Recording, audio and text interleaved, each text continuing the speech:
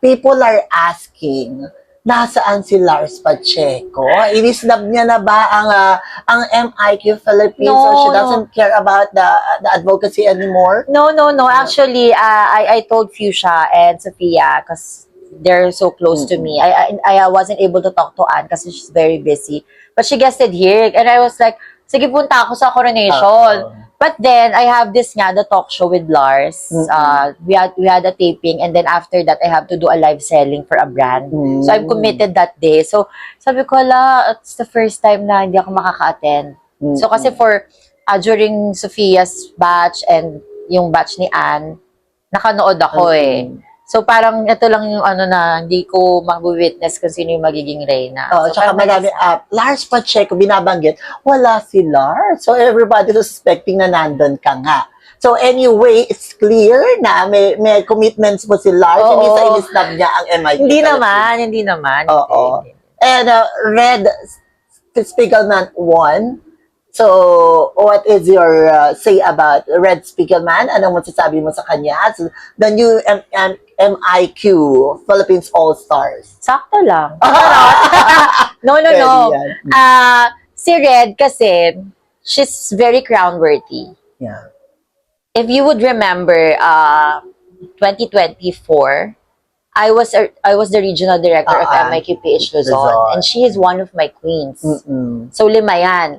Si Miel, si Red, si Mikay, si Jem, at si Cher. So, Red and Mikay, talagang after that regional pageant, they became my, parang, I hate to say this, parang gusto ko maging, parang ako na yung naka-naka ko na sila, parang ganon. So, when I heard that Red won, I was very happy.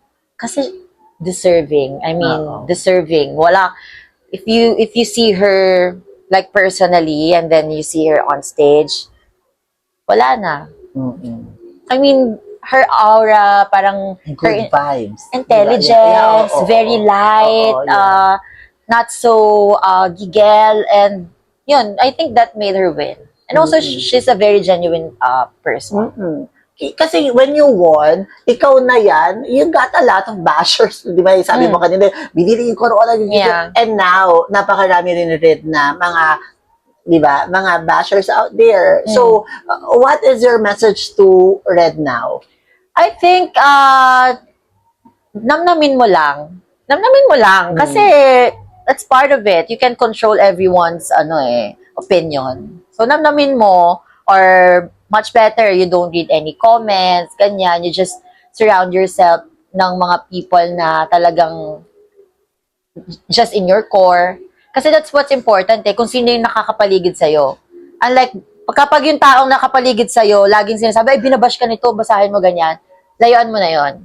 Kasi it just feeds the the negativity na meron ka. Kasi ako personally, during my time, when I've been receiving bashing, all of the people around me, they don't talk about it.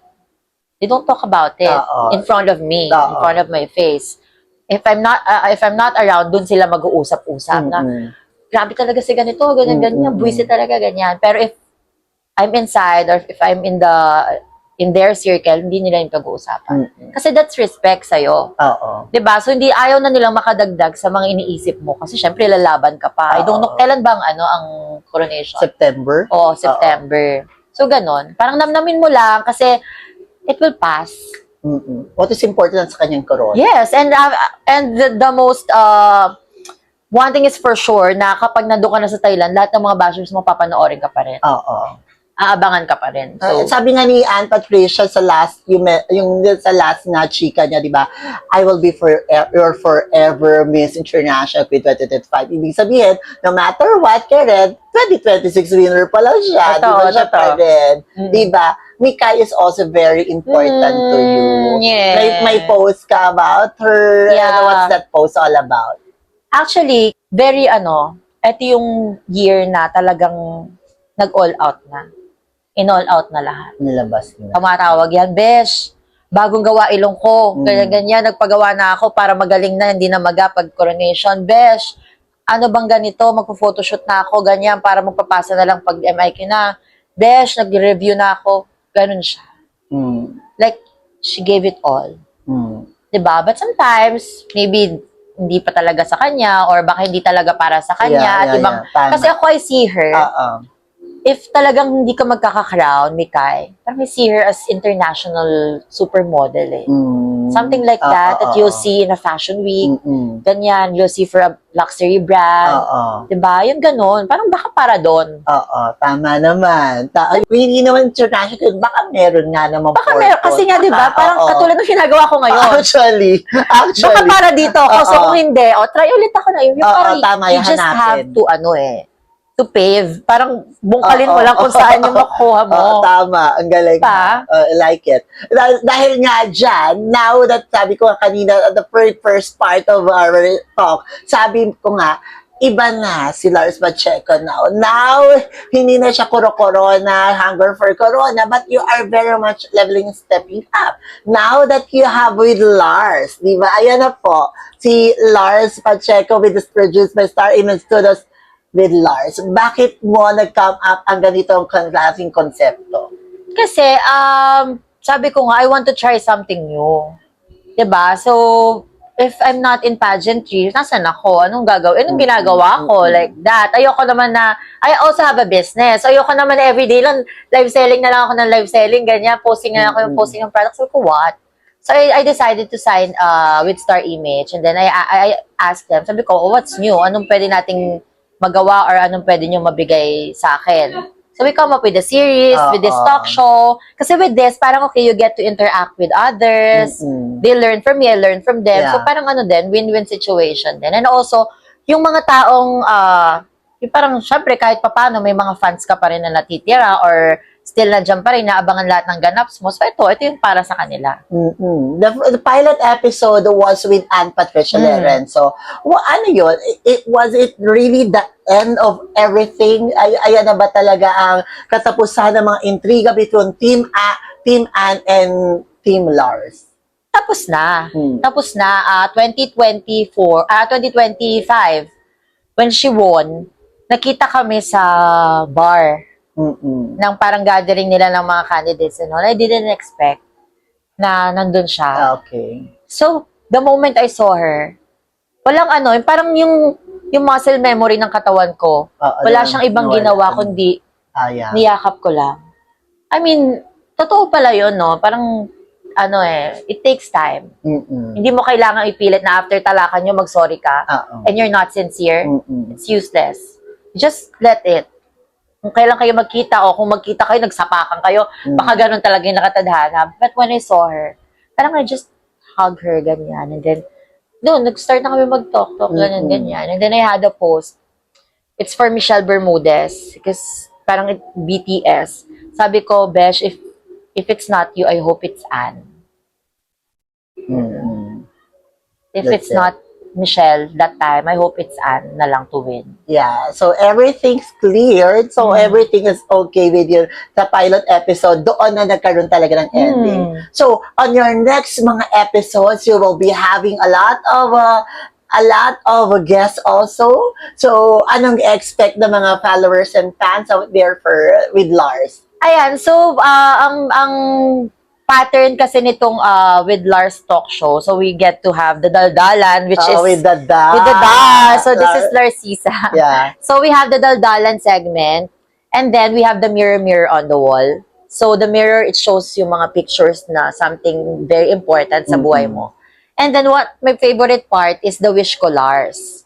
So the guest will grant someone's wish. Okay. So yun, parang not just a talk show, but somehow giving back, I mean, practicing generosity pa rin, and yun, ganun mag-revolve yung with Lars. And I hope na sana mas marami pa tayong sisters in the community na makapag-guest. Yes, we will have that, di ba? Bagay naman sa'yo kasi because you are the person who speaks out, di ba? Who speaks what inside you, di ba? Lalabas mo talaga, wala kang pakialam, di ba? And I think that really suits you well. And also, we're very happy that you've grown and matured. Thank A you. lot from a baby girl na Chris Bernal. Di ba? Chris Bernal ba yun? Yung mga una yes. Chris Bernal of Itbulaga, and now the real name Lars Pacheco is way up there. Na tinitingala ng everyone. Again, aside from that wish of yours, what do we have to expect from you on the next days to come? I think I just want to be remembered as someone na, yun nga, totoo, ganyan, inspirational, kahit na I'm not perfect. Parang I still want to inspire, lalo na yung mga kabataan. I mean, yung mga batang trans nene na parang you can do things you want if it's in your heart talaga. Ganyan. And just because you do not succeed on this path, the life ends there.